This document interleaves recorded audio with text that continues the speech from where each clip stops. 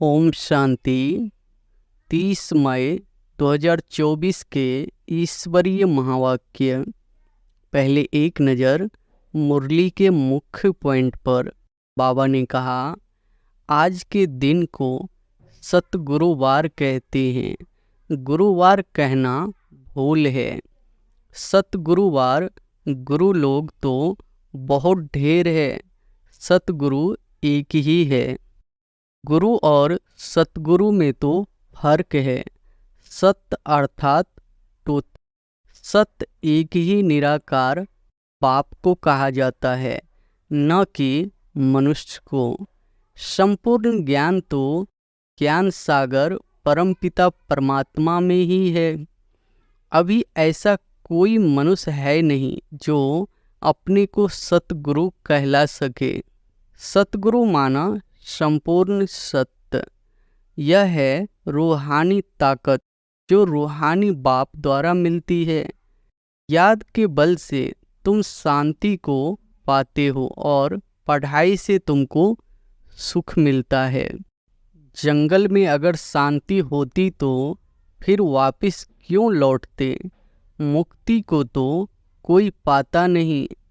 जो भी अच्छे अच्छे नामी गरामी राम कृष्ण परमहंस आदि होकर गए हैं, वह भी सब पुनर्जन्म लेते लेते नीचे ही आए हैं। मुक्ति जीवन मुक्ति को कोई भी पाते नहीं।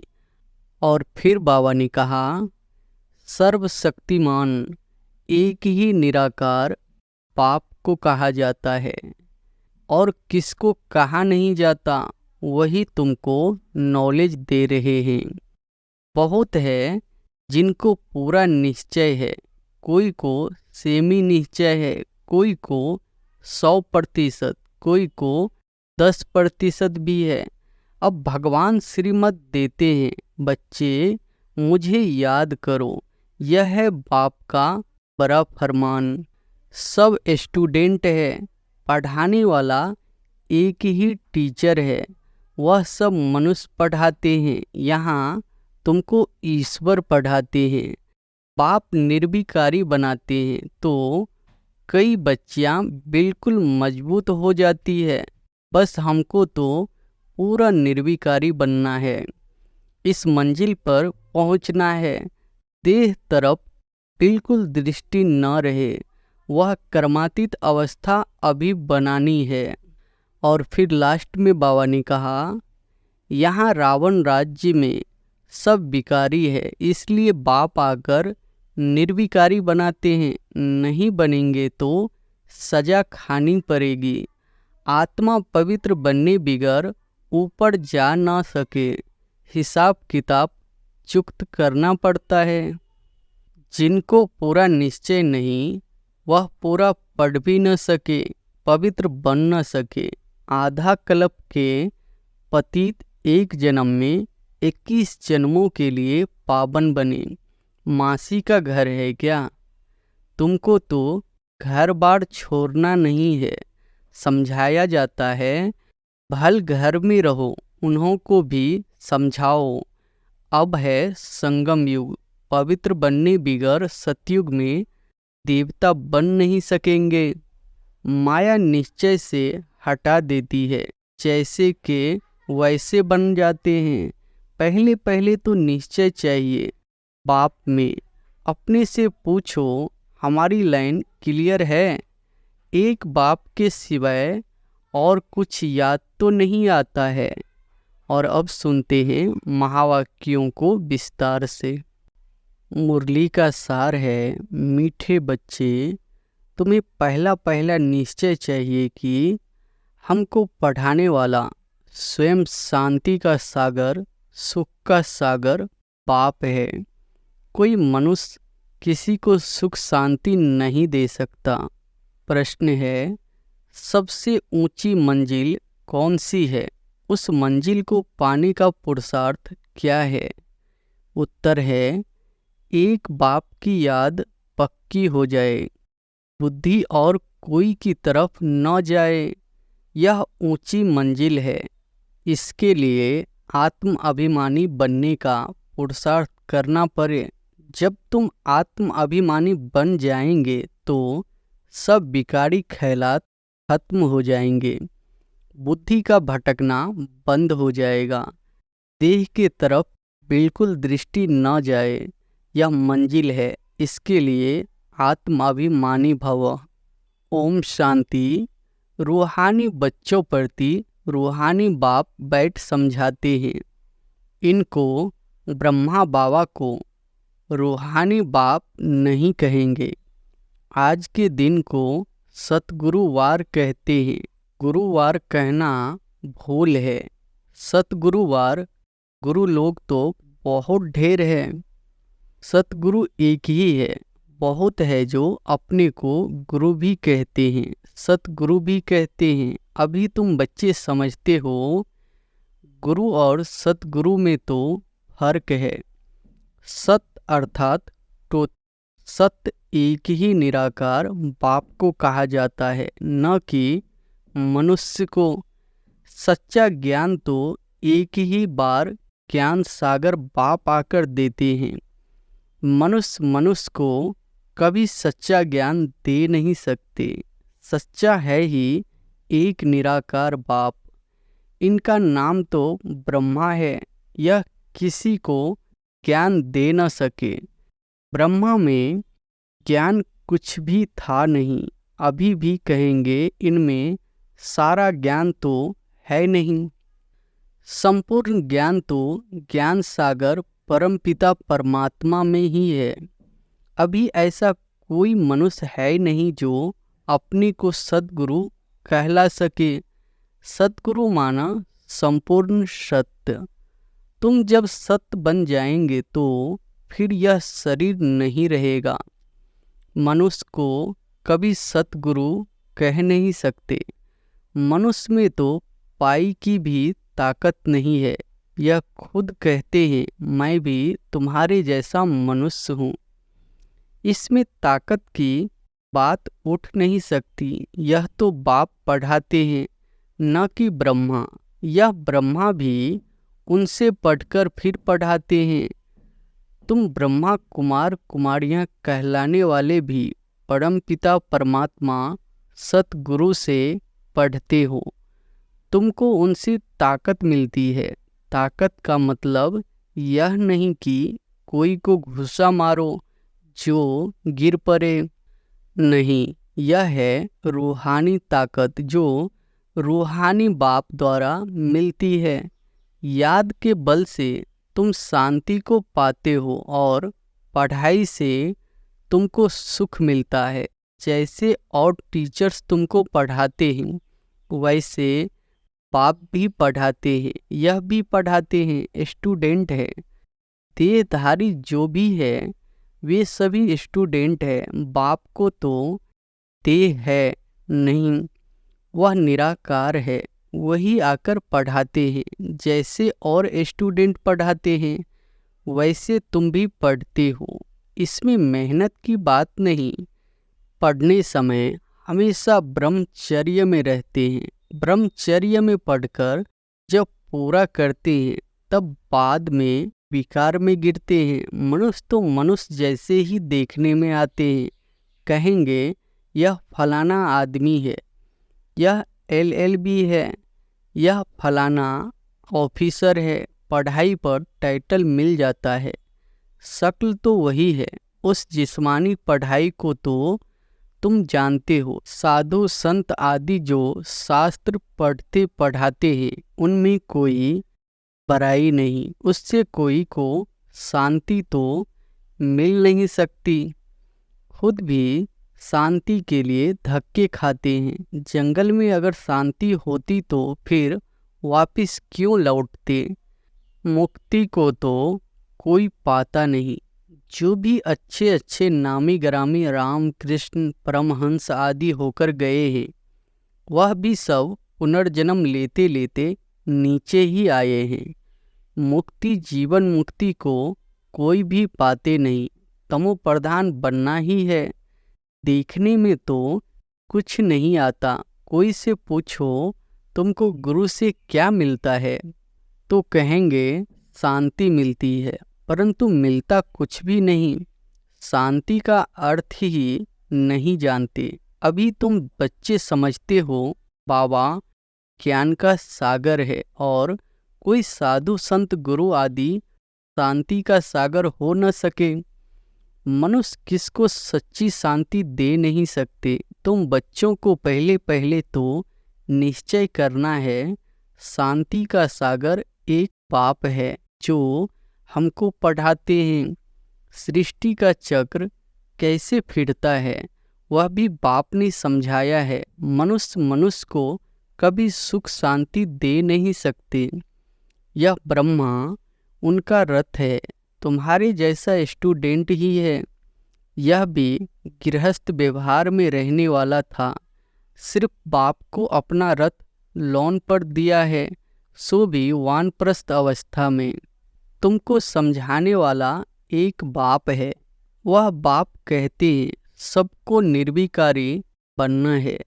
जो खुद नहीं बन सकते तो फिर अनेक प्रकार की बातें करेंगे, गालियां भी देंगे। समझते हैं हमारा जन्म जन्मांतर का भोजन जो बाप का वर्षा मिला हुआ है वह छुराते हैं। अब छुराते तो वह बेहद का बाप है ना, इनको भी उसने छुराया। बच्चों को भी बचाने की कोशिश की, जो निकल सके उनको निकाला। अब तुम बच्चों की बुद्धि में है कि हमको पढ़ाने वाला कोई मनुष्य नहीं है, सर्वशक्तिवान एक ही निराकार बाप को कहा जाता है। और किसको कहा नहीं जाता, वही तुमको नॉलेज दे रहे हैं। बाप ही तुमको समझाते हैं। यह विकार तुम्हारा सबसे बड़ा दुश्मन है, इनको छोड़ो। फिर जो नहीं छोड़ सकते हैं वे कितना झगड़ा करते हैं। माताएं भी कोई ऐसी निकल पड़ती है जो विकार के लिए बड़ा हंगामा करती है। अभी तुम हो संगम युग पर, यह भी कोई नहीं जानते कि यह पुरुषोत्तम संगम युग है। बाप कितना अच्छी रीति समझाते हैं। बहुत है जिनको पूरा निश्चय नहीं है, कोई को सेमी निश्चय है, कोई को 100%, कोई को 10% भी है। अब भगवान श्रीमत देते हैं, बच्चे मुझे याद करो। यह है बाप का बड़ा फरमान। निश्चय हो तब तो उस फरमान पर चले। बाप कहते हैं मेरे मीठे बच्चों, तुम अपने को आत्मा समझ बाप को याद करो। इनको याद नहीं करना है, मैं नहीं कहता, बाबा मेरे द्वारा तुमको कहते हैं। जैसे तुम बच्चे पढ़ते हो तो यह भी पढ़ता है। सब स्टूडेंट है, पढ़ाने वाला एक टीचर है। वह सब मनुष्य पढ़ाते हैं, यहाँ तुमको ईश्वर पढ़ाते हैं। तुम आत्माएं पढ़ती हो, तुम्हारी आत्मा फिर पढ़ाती है। इसमें बहुत आत्म अभिमानी बनना है। बैरिस्टर इंजीनियर आत्मा ही बनती है। आत्मा को अब देह अभिमान आ गया है। आत्म अभिमानी के बदले देह अभिमानी बन पड़े हैं। जब आत्म अभिमानी हो तब विकारी नहीं कहला सकते, उनको कभी विकारी ख्यालात भी नहीं आ सकता। देह अभिमान से ही विकारी ख्यालात आते हैं, फिर विकार की ही दृष्टि से देखते हैं। देवताओं की विकारी दृष्टि कभी हो नहीं सकती। ज्ञान से फिर दृष्टि बदल जाती है। सतयुग में ऐसे थोड़ी ही प्यार करेंगे, डांस करेंगे, वहाँ प्यार करेंगे, परंतु विकार की बांस नहीं होगी। जन्म जन्मांतर विकार में गए हैं तो वह नशा बहुत मुश्किल उतरता है। पाप निर्विकारी बनाते हैं तो कई बच्चियां बिल्कुल मजबूत हो जाती है। बस हमको तो पूरा निर्विकारी बनना है। हम अकेले थे, अकेले ही जाना है। उनको कोई थोड़ा टच करेगा तो अच्छा नहीं लगेगा, कहेंगे यह हमको हाथ क्यों लगाते हैं, इनमें विकारी बांस है। विकारी हमको टच भी न करे। इस मंजिल पर पहुंचना है। देह तरफ बिल्कुल दृष्टि ही न रहे। वह कर्मातीत अवस्था अभी बनानी है। अभी तक ऐसा नहीं है कि सिर्फ आत्मा को ही देखते हैं। मंजिल है। बाप हमेशा कहते रहते हैं, बच्चे अपने को आत्मा समझो। यह शरीर तुम है जिसमें तुम पाठ बजाते हो। कई कहते हैं इनमें शक्ति है, परंतु शक्ति की कोई बात ही नहीं। यह तो पढ़ाई है। जैसे और भी पढ़ते हैं यह भी पढ़ते हैं। प्यूरिटी के लिए कितना माथा मारना पड़ता है, बड़ी मेहनत है। इसलिए बाप कहते हैं एक तो को आत्मा ही देखो। सतयुग में भी तुम आत्म अभिमानी रहते हो। वहाँ तो रावण राज्य ही नहीं।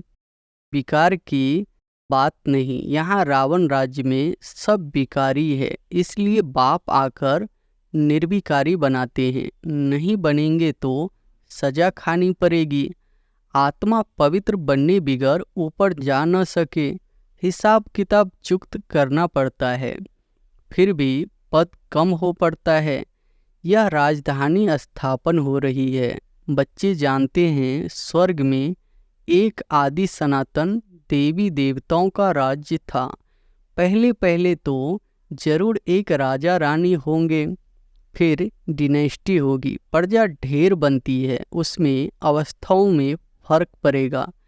जिनको पूरा निश्चय नहीं वह पूरा पढ़ भी न सके, पवित्र बन न सके। आधा क्लब के पवित्र एक जन्म में 21 जन्मों के लिए पावन बने। मासी का घर है क्या? मुख्य है ही काम की बात, क्रोध आदि का इतना नहीं। कहाँ बुद्धि जाती है तो जरूर बाप को याद नहीं करते हैं। बाप की याद पक्की हो जाएगी तो फिर और कोई की तरफ बुद्धि नहीं जाएगी। बहुत ऊंची मंजिल है। पवित्रता की बात सुनकर आग में जल मरते हैं। कहते हैं यह बात तो कभी कोई ने कही नहीं, कोई शास्त्र में है नहीं। बड़ा मुश्किल समझते हैं। वह तो है ही निवृत्ति मार्ग का धर्म अलग। उनको तो पुनर्जन्म ले फिर भी संन्यास धर्म में ही जाना है। वही संस्कार ले जाते हैं। तुमको तो घर बार छोड़ना नहीं है। समझाया जाता है भल घर में रहो, उन्हों को भी समझाओ। अब है संगम युग। पवित्र बनने बिगड़ सतयुग में देवता बन नहीं सकेंगे। थोड़ा भी ज्ञान सुनते हैं तो वह प्रजा बनती जाती है। प्रजा तो ढेर होती है ना। सतयुग में वजीर भी नहीं होते, क्योंकि बाप संपूर्ण ज्ञानी बना देते हैं। वजीर आदि चाहिए अज्ञानियों को। इस समय देखो एक दो को मारते कैसे है। दुश्मनी का स्वभाव कितना कड़ा है। अभी तुम समझते हो हम यह पुराना शरीर छोड़ जाकर दूसरा लेते हैं। कोई बड़ी बात है क्या? वह दुख से मरते हैं, तुमको सुख से बाप की याद में जाना है।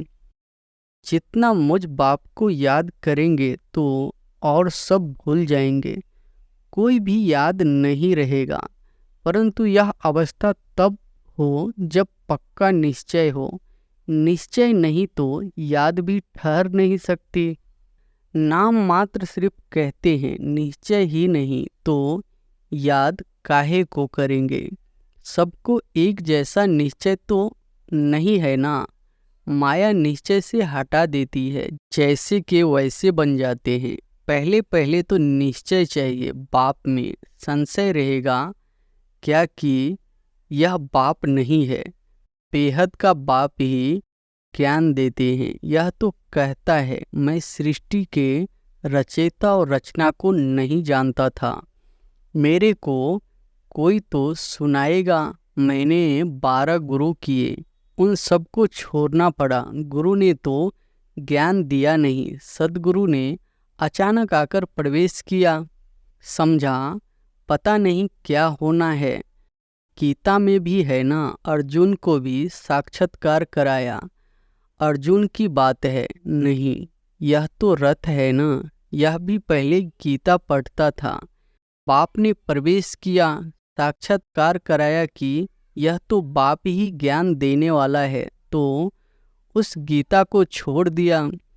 पाप है ज्ञान का सागर, हमको तो वही बताएगा ना। गीता है माई बाप, वह बाप ही है जिसको तमेव माता पिता कहते हैं। वह रचना रचते, एडॉप्ट करते हैं ना। यह ब्रह्मा भी तुम्हारे जैसा है। बाप कहते हैं इनकी भी जब वानप्रस्थ अवस्था होती है तब मैं प्रवेश करता हूँ। कुमारियाँ तो है ही पवित्र, उनके लिए तो सहज है। शादी के बाद कितने संबंध बढ़ जाते हैं, इसलिए देही अभिमानी बनने में मेहनत लगती है। वास्तव में आत्मा शरीर से अलग है, परंतु आधा कल्प देही अभिमानी रहे हैं। पाप आकर अंतिम जन्म में देही अभिमानी बनाते हैं तो मुश्किल भासता है। पुरुषार्थ करते करते कितने थोड़े पास होते हैं, 8 रत्न निकलते हैं। अपने से पूछो हमारी लाइन क्लियर है? एक बाप के सिवाय और कुछ याद तो नहीं आता है। यह अवस्था पिछाड़ी में होगी। आत्म अभिमानी बनने में बहुत मेहनत है। अच्छा, मीठे मीठे सिकिलधे बच्चों प्रति माता पिता बाप दादा का याद प्यार और गुड मॉर्निंग। रूहानी बाप की रूहानी बच्चों को नमस्ते।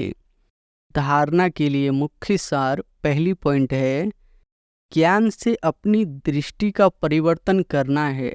आत्म अभिमानी बन विकारी ख्यालात समाप्त करने हैं। किसी भी विकार की बांस न रहे, देह तरफ बिल्कुल दृष्टि न जाए। दूसरी पॉइंट है, बेहद का बाप ही हमें पढ़ाते हैं, ऐसा पक्का निश्चय हो तब याद मजबूत होगी। ध्यान रहे माया निश्चय से जरा भी हिला न दे। वरदान है, सेवा भाव से सेवा करते हुए आगे बढ़ने और बढ़ाने वाले निर्विघ्न सेवाधारी भव। सेवा भाव से सेवा करते हुए आगे बढ़ने और बढ़ाने वाले निर्विघ्न सेवाधारी भव। सेवा भाव सफलता दिलाता है। सेवा में अगर अहम भाव आ गया तो उसको सेवा भाव नहीं कहेंगे। किसी भी सेवा में अगर अहम भाव मिक्स होता है तो मेहनत भी ज़्यादा, समय भी ज़्यादा लगता और स्वयं की संतुष्टि भी नहीं होती। सेवा भाव वाले बच्चे स्वयं भी आगे बढ़ते और दूसरों को भी आगे बढ़ाते हैं। वे सदा उड़ती कला का अनुभव करते हैं। उनका उमंग उत्साह स्वयं को निर्विघ्न बनाता और दूसरों का कल्याण करता। स्लोगन है, ज्ञानी तू आत्मा वह है जो महीन और आकर्षण करने वाले धागों से भी मुक्त है। ज्ञानी तू आत्मा वह है जो महीन और आकर्षण करने वाले धागों से भी मुक्त है। अच्छा, ओम शांति।